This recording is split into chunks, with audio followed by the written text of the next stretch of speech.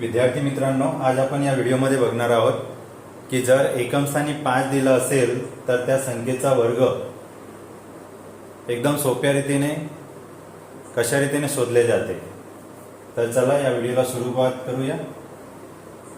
5चा वर्ग 25, 1 नंतर 2, 1 आणि 2चा गुणाकार, 2 एकम 2। 5चा वर्ग 25, 2 नंतर किती येतात 3, 2 त्रिक 6। 5चा वर्ग 25, त्यानंतर 3 नंतर 4, 3 चौक 12।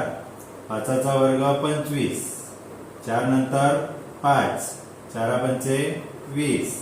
5चा वर्ग 25, 5 नंतर 6, 5 सक 30। 5चा वर्ग 25, 6 नंतर 60, 6 साते 42। 5चा वर्ग 25, 7 नंतर 8, 7 आठी 56। 5चा वर्ग 25, 8 नंतर 9, 8 9 72। 5चा वर्ग 25, 9 नंतर 10, 10 9 90। हे तुमच्यासाठी